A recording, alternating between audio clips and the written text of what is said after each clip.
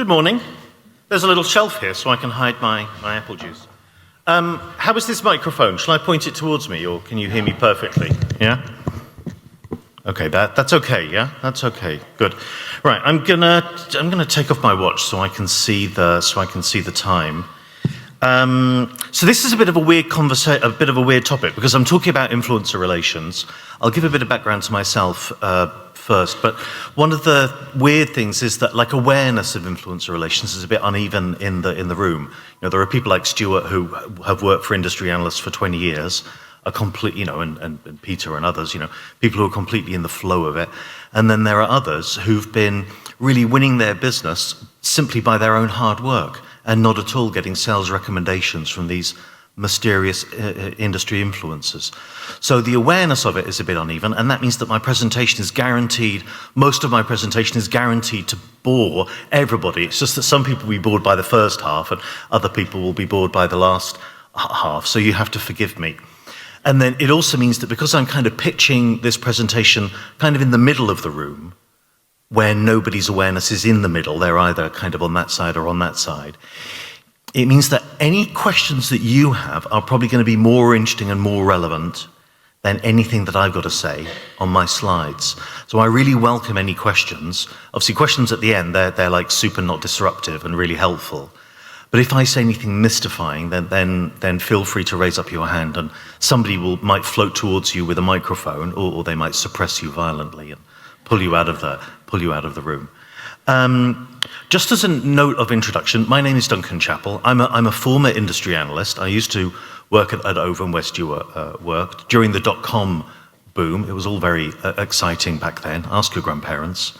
And since then, I've been looking at the influence of industry analysts. So part of my work is at the University of Edinburgh, where there's a project funded by the British government called the Analyst Observatory. And what we do is we look at how industry analysts, sourcing advisors, management consultancies, other sorts of intermediaries influence the success of IT solution providers and IT services companies. We had a very generous grant from the British government to help us do that over the last 7-8 years. And then I work professionally helping IT solution providers to benefit from industry analysts. So that's what I do. And part of that work for the last 24 years has been running a big study where I look at how do your clients and the people who are influencing the sales processes for your clients, how do they use these sorts of industry analysts and other advisors, management consultants, sourcing advisors, that sort of thing. That's what I'm going to be talking about. I've got my LinkedIn profile here. And if you're very patient, on my final slide, I've got a link to SlideShare, so you can download these slides. You know, like you might want to bring home a souvenir for your relatives. What could be better than my slides? So a lot of what I'm going to be talking about is how the influencer landscape has evolved, right? Actually, to be honest, in between 2000 and 2020, the influencer landscape was actually fairly stable.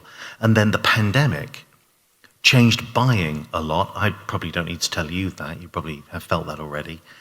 And so the way that buying decisions get shaped has changed a little bit. And then that means that how BPO providers can build effective strategies that can help them to drive their growth, that has also changed. I hope these slides are changing. Yeah, they are. Yeah, I should just turn around vaguely insecure from time to time to convince myself that the slides are still there. So I want to start off just by giving a bit of an overview about this influencer landscape. In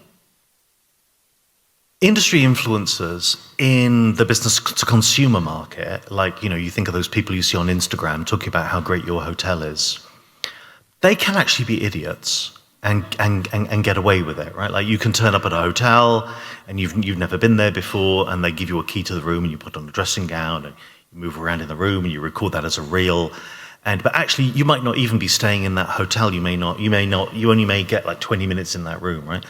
In the business to consumer market, you don't really need to know that much to be taken seriously. You just need an audience. And it would be nice to imagine that for industry analysts, that some of them have got the kind of deep expertise that you see evidenced when you speak to somebody like Peter. But remember, for every industry analyst, one day is their first day on the job, right? So sometimes, even like a management consultant at McKinsey or a sourcing advisor working for ISG or a Gartner analyst, all of them have had their first day on the job, and they've been idiots, right? And my background before being an industry analyst was in data mining, like building big predictive models. And in my first week or two as an analyst, I ended up working with Bank of America on its rolling up a series of credit card systems from acquisitions. And I had a credit card, but that was basically the limit of my knowledge. And this produces an opportunity for BPO providers, because very often these industry analysts, they have great authority. They're treated as if they've got great expertise. But actually, their awareness can be quite uneven. And if you inform them, then you can shift their perception. You can shift their perception so that they are more favorable towards your worldview. So not only can they directly recommend you and say, well, I know this company's a pretty good BPO provider, but they can also talk more broadly about like maybe your country, or the place where you are running your service centers, or the vision that you've got for what sorts of things can be safely or riskily outsourced. Those are the sorts of things that you can shift perception over. So it's a little bit easier than you would imagine. And the other advantage is that there are just many, many analyst firms, many, many advisory firms, many management consultancy organizations. It's a very complex landscape. And traditionally, you might think of it as being a very simple pyramid. And I have to confess, actually, I realize I actually have a diagram later on that makes it look like a very simple pyramid, so forgive me for that. But there are some organizations that are just really famous. There's Gartner and IDC and Everest, ISG and other organizations. And these are definitely organizations that are widely known. They've got very wide usage. When we interview buyers about what sorts of research information they are using, very often they are using several different organizations. They are using 6, 7, 8, 9, 10 different analyst firms, different advisory organizations, different management consultancies in the course of a year. So they're pulling together an awful lot of insights. And actually that's been accelerated by the pandemic, because the pandemic means that maybe they're not in the office so much, the people they need to speak to are not in the office so much. And then because of that, they're using online resources or using telephone inquiry more than they used to. So actually they're more dependent on external information. And of course there simply is more external information available all the time. So then that produces a benefit that even if you can't persuade, like it's very hard to persuade Gartner or ISG to look at your organization differently, but then there's going to be a smaller company that you can persuade. There'll be less contestation for smaller firms, and although they're less authoritative, they might be still being used by decision makers in your sales processes, and it might be easier to shift them. So that's a big part of what I help organizations to do when they're trying to refine their influence or relations strategy, is to understand that there are these key players, but even the not so key players are very influential. Independent analysts can be massively influential, especially if they're focused on a niche skill. The ecosystem, the slides are still there, it's very good. The ecosystem then is pretty complex, yeah? This very simple pyramid that used to exist is actually quite fragmented now.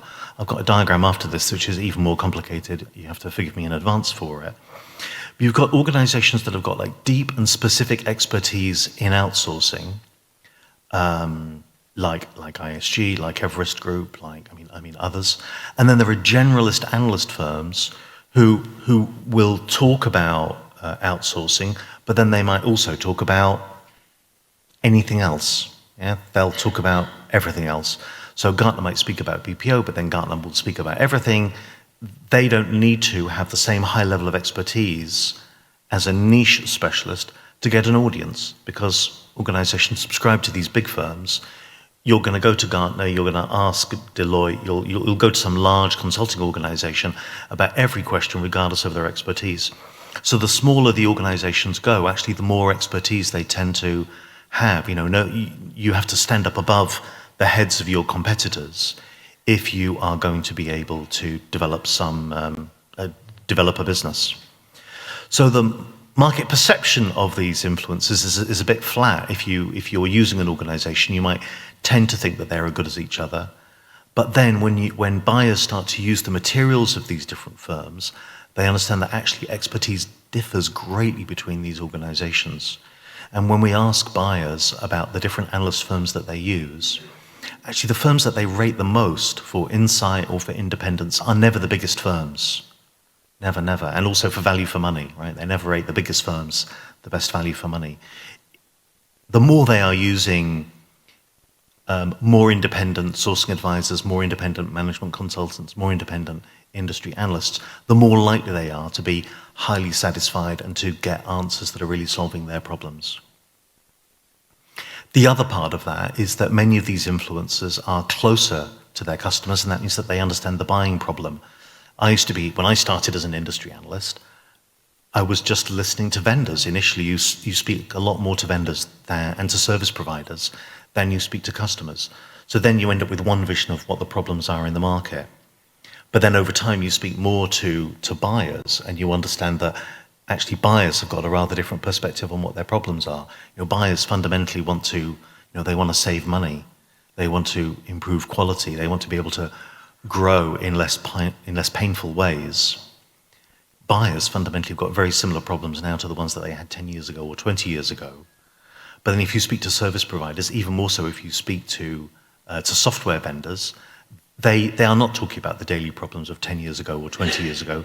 They're talking about brand new things that they just made a press release about that's super interesting. There's a kind of dislocation. Yeah?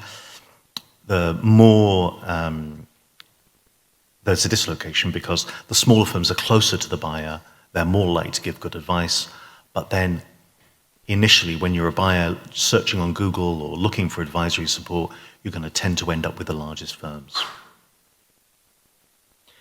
This is a painfully complex diagram. I must admit, I made this yesterday morning after watching Peter's presentation. I saw all the beautiful charts that he had.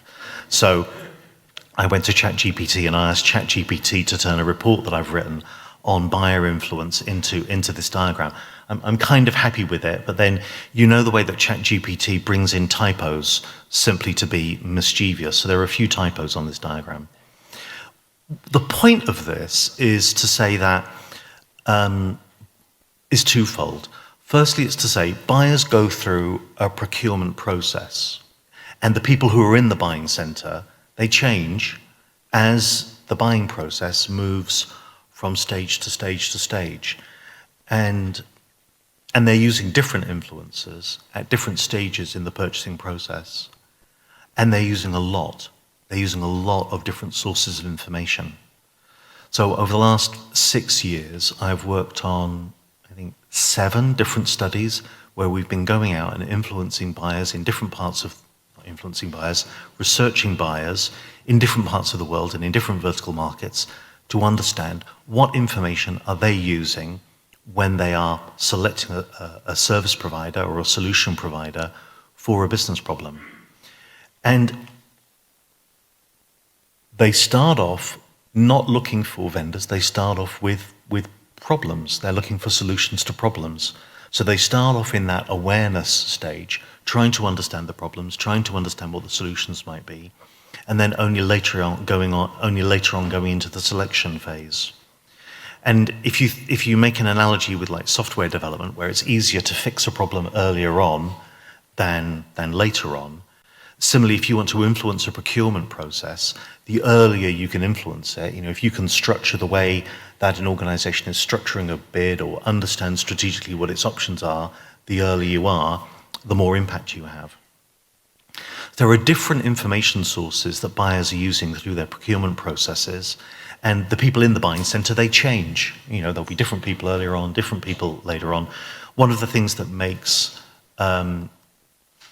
industry research a little bit different as an artifact is that industry research is used by people all the way along the process. So industry analyst reports, they're read a lot in all of these stages: awareness, consideration, selection, and implementation. And that means that other influencers who are trying to get the buyers money to support the buyers through the procurement process are also starting to produce research. So you think of ISG, for example, as a big sourcing advisory company. It ended up buying a couple of research firms and rolling them up so it can publish research, because when you publish research, people become more interested in you. You've got more artifacts, more eyeballs. I'm not saying that they use this research themselves, but they publish it and it makes them look more lively, more well connected in the market, more relevant, more insightful. I used to work at Deloitte. Again, Deloitte has got a big research organization. It publishes a lot of research around the market. But honestly, like its research, I can't really pretend that that is driving the business or even really reflecting the knowledge in that business. Rather, they're just producing content in order to accelerate their sales processes, to have pieces of content to give to people to look more credible. And all of this content is being used more and more than it was before. And then there are other ways that people are getting information. Reviews websites, there's been this huge explosion of reviews websites, many of which are run by consulting organizations or analyst firms, advisory organizations. We've seen events come back very strongly since the pandemic, especially in North America. The business media, they are having a hard time in terms of making more money, but actually in terms of readership, again, they remain a very powerful channel of influence. So there's this kind of fog of influence. If you look at an industry analyst firm like Gartner or Forrester, maybe 60, 70, 80% of your customers might be using information or advisory services or events from those big organizations during their selection process. But that doesn't mean that they are the only influencer around. No, there are multiple influencers. And the more you're able to map this web of influence, the more you can shift the perceptions by the people who are shaping the fortunes for your company. And that's especially the case if you understand where is your problem in the sales process. I'll go into this in a little bit more detail later on. But it might be that your organization's got a lot of awareness or very little awareness, or it might be that you are getting through to the selection stage and failing at the selection stage. But the more you can understand what is the bottleneck in the sales process that is stopping your organization from succeeding, then you can think about, well, exactly which influences are being used by my customers at that bottleneck where I'm struggling to move forward, and then you can reorganize your influencer program to be able to better shift perceptions in your direction.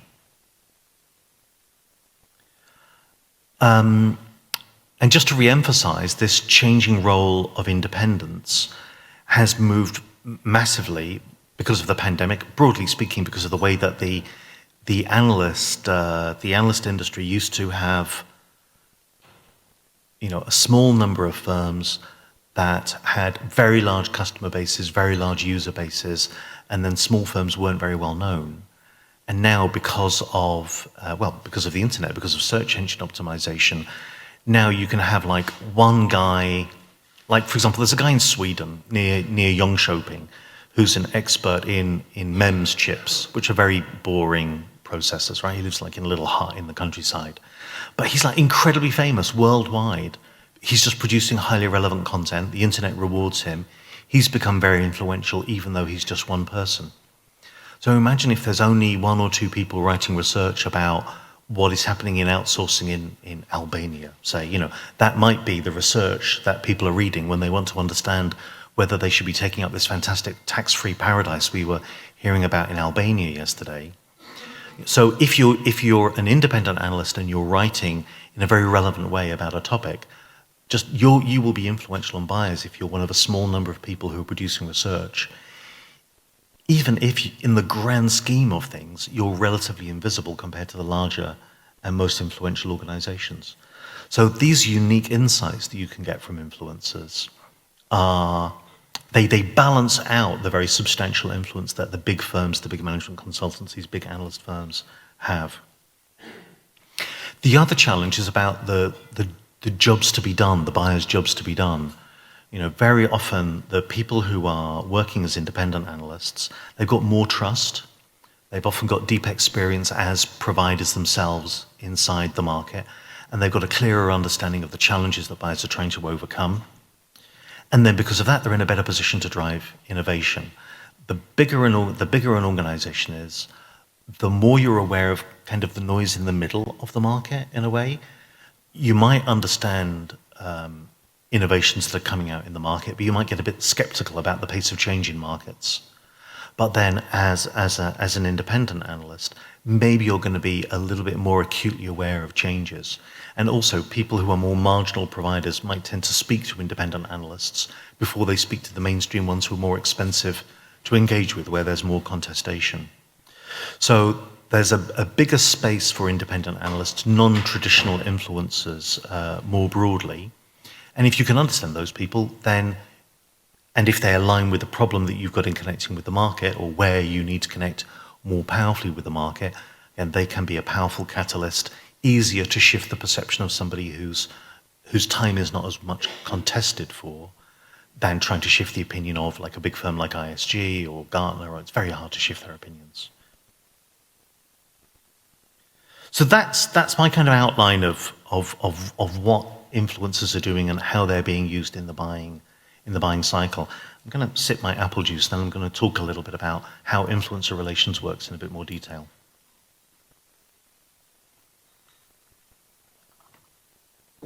I also realized, because we started a bit late, my timing might be a bit off. So look, there's this very fragmented landscape. Why should you care about that? Well, the impact of these influencers on your sales processes is really profound, right? They're present all the way through the buying cycle. Different people are in the buying cycle. They're going to be using external information. Many of that will come from organizations you can interact with, that your competitors are interacting with. Your competitors are shifting the perception of these people all the time. And because they have this authority, they're seen as being independent. What an industry analyst, sourcing advisor, management consultant says is taken a little bit more seriously than what a service provider says. Of course you're going to say that you're fantastic. It's you. Of course you are. But you've got this more complex buying center that is less well articulated. You know, they're not in the office, they're not meeting up by the water cooler the way that they were. Distributing is more geographic, decision-making is more geographically distributed than it used to be. Buying journeys are much more complex because often there isn't really a buying journey, there's a reselling cycle, a repurchasing process, an upselling process, which doesn't have the same diligence perhaps as an initial purchase. So, and then buyers become more experienced as well. Yeah, buyers become more skilled in buying, more skilled in using information, a little bit more externally oriented in the way that they're using information. More sophisticated also means that they're drawing more insights. So that means that in influencer relations programs are being built up by BPO providers and by large IT services organizations that offer BPO alongside other things. These influencers enhance the credibility of BPO service providers, right? You've got this trusted influence, you've got these explicit endorsements that can be produced. ISG is a really clear example because sometimes with these sourcing advisors, it's a little bit hidden to see what they are saying behind closed doors to your customers. But then ISG is publishing research. You can see how they're evaluating you or other market participants. That means that you can see how they and your market competitors are being spoken about. You get a certain idea of what the topics of conversations are, what techniques you need to use to shift things. We're certainly seeing organizations that have got strategic advisor relations processes being able to significantly shift the perception of these market advisors and so influence buyers indirectly. So that develops influence. It responds to a more dynamic, more changeable, more sophisticated buying process. And then it also means that they're able to get into this earlier conversation about trends, right? Imagine if you're a service provider in Albania and you want to be successful, but maybe the key obstacle for people is not to decide whether to use you or another service provider in Albania. Maybe they're concerned about understanding Albania as an option. So like there's that more strategic choice. Where do you want your service provider to be? I don't want to embarrass anybody from Albania, I'm sorry. But those earlier discussions, those more strategic discussions, conversations about trends, about favorability, comparative advantage, they become more important. And shifting those more fundamental decisions in your direction can make a bigger difference because it's an earlier decision in the pipeline. And I'm going to keep on hammering away at this way in which the buyer journey is changing. I've spoken about the way that the buying decision centers are a bit more fragmented than they used to be. People are interacting more using Slack, email, online meetings. The other thing that's happening is that service providers are getting engaged later and later and later. That's a shockingly powerful trend that we see in our buying research, that previously service providers, solution providers would be involved much earlier in the decision-making process, but when awareness is being built up, when consideration is being built up. Now people are using online sources of information, using advisors who they have available, using their peer networks. And really, it can only be in the evaluation stage, maybe even in the decision stage, that they are actually bringing solution providers into the conversation with them. So that's really bad news for you, right? If your buyers are speaking to you later than they used to be, that means all of this independent research is happening and you're not able to shift it in the same way. You might be off the long list, off the short list, and not even know that the deal is happening and that you're in consideration. So if we're in a market where third-party advisors and third-party artifacts are being used more, then that means you need to try to understand what information is being used by your potential customers and how you can shift that over. And that creates a huge opportunity for BPO providers who understand this and who are benefiting from this influence. And it means that people who don't understand it and are not trying to benefit from this influence are not competing for this influence. And so they're kind of handing mind share over to their competitors in the heads of these people who are advising their customers. So, complex buyer engagement, analysts, advisors have got more impact on decision making. And again, this problem of trends. If you can shift the trends earlier on, then things will move in your direction. I just want to drill down a little bit more to the buyer journey, because it really is very often the case that organizations think that their problem is they're not selling, but actually they're doing some selling, but then they're weak at a particular stage in the buying process. And if you can identify what is the bottleneck for you in the sales process, where are you falling out of consideration, then you can focus your effort, right? Trying to influence, in these little white boxes, I've got various artifacts that advisory firms produce.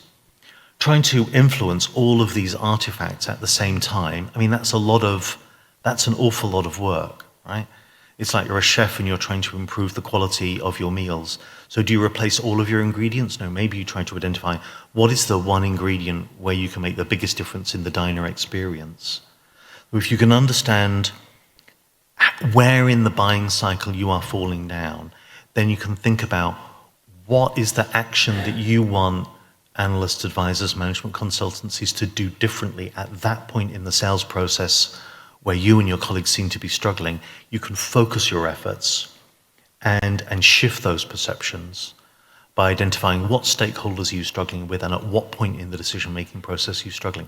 And then you can just focus that effort. If you're not doing an influencer relations program at the moment, it could seem a bit overwhelming. And also it could seem a bit expensive. I'll come to that later on. But obviously these people like to be independent, but on the other hand, they're going to be distracted by money a little bit, aren't they? So the more you can focus on the problems that you've got and how you're trying to shift things, then the more productive you will be. The other part of understanding how you can shift these perceptions is understanding what they want. Like, what are their information needs? Of course, they would also love you to become customers and they would love money, but you understand money. But what you might not understand so much are what are their information needs. And a lot of that means understanding what is it they need to shift in the heads of their buyers. just take another sip.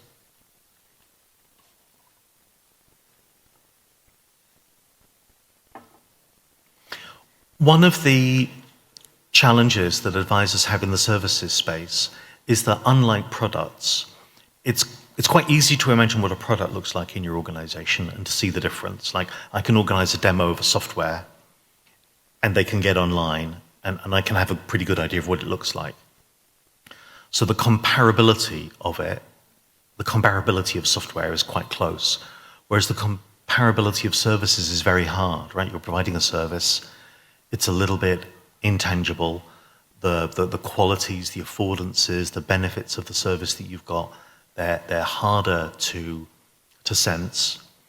And so that means that any advantages that you have in service delivery can become a little bit invisible, and buyers might attach themselves to the more visible parts of the proposition, like pricing. And obviously you don't want to, I mean, okay, maybe you do want to win business on price, but you don't want to continue to win business on price because, you know, that's not sustainable. It would make you miserable and drive your business it would drive you out of business if you were always winning on price. What the analysts need to be able to do is better understand the intangible benefits and the tangible business benefits that result from the intangible service benefits.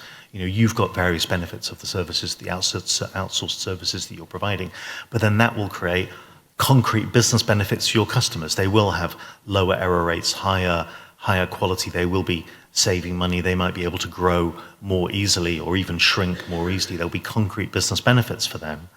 The more you can understand that analysts need to understand those business benefits, then the easier it will be for you to deliver to these influencers what they need, give them relevant information and shift their perception, pull them over to what you want to do. And the more that the analysts understand that, then the more they can act like a trusted advisor to your customers. Your customers are their customers. And the more that you're able to supply them with the information that these people are looking for, then they'll be able to do their job better and they'll be able to help you to be a more relevant player in the selection processes. And it's important to understand that because generally BPO providers are not very good at doing this. They're not very good at providing sourcing advisors, industry analysts, management consultants with the information that they need. There's a big difference between what they can provide easily and what industry analysts and sourcing advisors want. You know, there's an awful lot of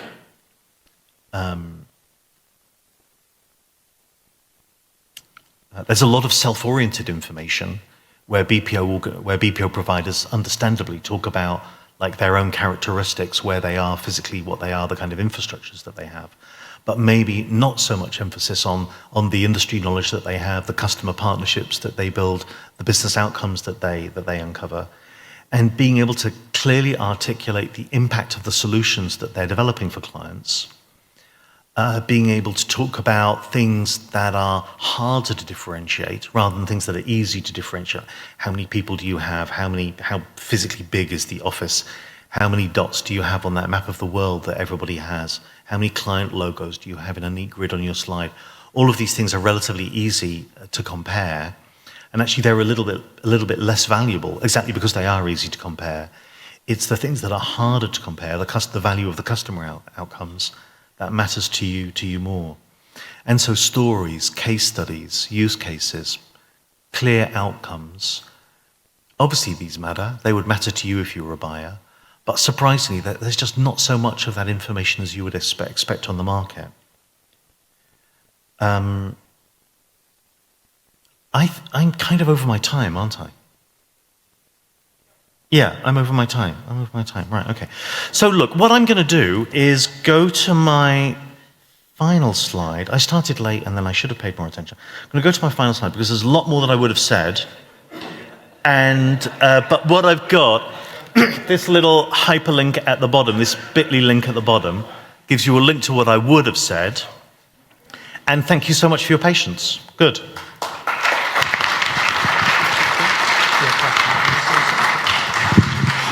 Duncan, I just wanted to say thank you very much. And as somebody who comes from the industry analyst community, as somebody who started their career in BPO as an industry analyst, I think there's a lot of important elements. And there's something that you had on one of the slide about advisor days or influencer days that I think was important. And I'm going to put my friend Juan Kerr on the, yes, you, that Juan Kerr, on the spot to talk a little bit about something that we organized just about a month and a half ago in Hermosillo. So Juan, I'll just let you give maybe a couple of minutes and explain what we did and what your objectives were and how you feel the outcomes went. From the experience in our trip to Hermosillo. First of all, it was very enlightening to get people from all over the world. So we have several folks that are sitting here with us today from different countries. And it was very insightful because we did an event where we hosted not just our delegates, but also other BPO competitors in town. Because what we wanted to showcase is that this industry is very diverse. So each of us here, not only we are located in different parts, different geographical areas, but we all have different core competencies. And that includes different languages, different tech stacks, different approach on how we support our clients. And what was, in my opinion, the outcome of that event was reinforce and gain more clarity that we are in a service industry. We've been talking a lot about technology and how that is evolving. All of that, while it's interesting and it is true that it's here to stay, it's a tool. What will make all of us, and in this industry, be different is how we solve problems for our clients, how we help them stand out in the market. So, in addition to learning more about what other BPOs are doing, I will say that in the event, it was very helpful for us to also gain insights on what our delegates are looking for and what is it that they're working with their clients, because they all have different verticals and they all have different needs. So I think that's all that I have to say for now. All right, let's give a hand for Juan, please. Put him on the spot. I'll pass the baton back to you, Andrew. Do we have any questions for Duncan? Oh, okay.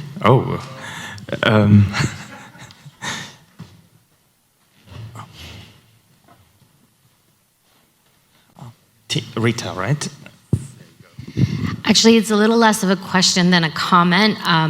Just at least on the last slide that you had, I wanted to emphasize that use cases are great, but I think one of the things that we struggle with at Everest Group is getting buyer references. And I realize there's a lot of confidentiality issues and things like that that are a challenge. But I know for us, at least, we pride ourselves on keeping that trust and keeping those NDAs no matter who the client is. And so it's just really important. Yes, we have our very detailed RFIs, analysts love data and want to keep analyzing everything, but oftentimes it's the word that you get from the actual client that helps in the analysis and keep it an in-depth analysis. Absolutely. Jim. Oh, no, sorry. Okay. There was somebody else. That's it? No one? Oh, there is one. Okay. There you go. Thank you. Hi.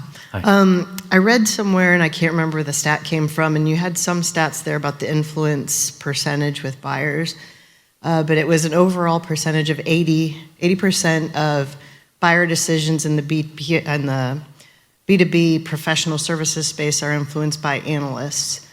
Would you say that that's consistent with what you're seeing, or your overall percentage of influence? Yeah. Okay.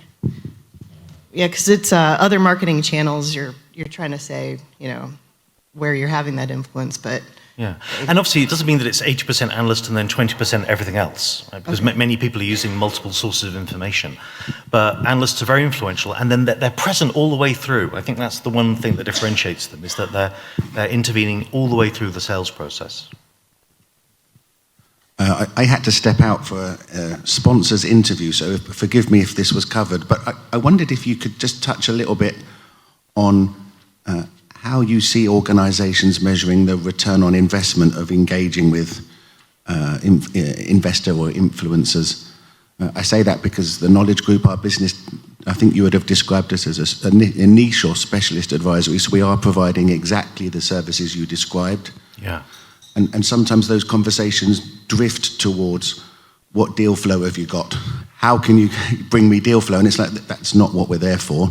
It's one of the capabilities we've got, but ours is a richer set of services. And I wondered what advice you'd give brands like us on protecting the conversation around, our ROI is more than just the deal flow that we could help you stimulate. Yeah. I mean, measurement, it's very easy to get into quite technical detail about measurement, but what I would say is, like general things like 80% of deals are influenced by industry analysts. That doesn't really impress anybody very much. Yeah, but think of this notion of like there being a process that you are supporting. There's a particular bottleneck where you need to change things, and then there's an impact of the result. Like imagine I run influencer relations programs. Very often people have got low awareness, right? I raise the awareness, I measure the awareness. Everything else that happens, I can measure that. But awareness is the problem. So I just want to focus on measuring that one thing that matters, right? So for a service provider, like imagine in selling, very often win-loss analysis is a very good way of measuring the impact of influencer relations programs. Are you selling more amongst people who use Gartner, or are you selling less?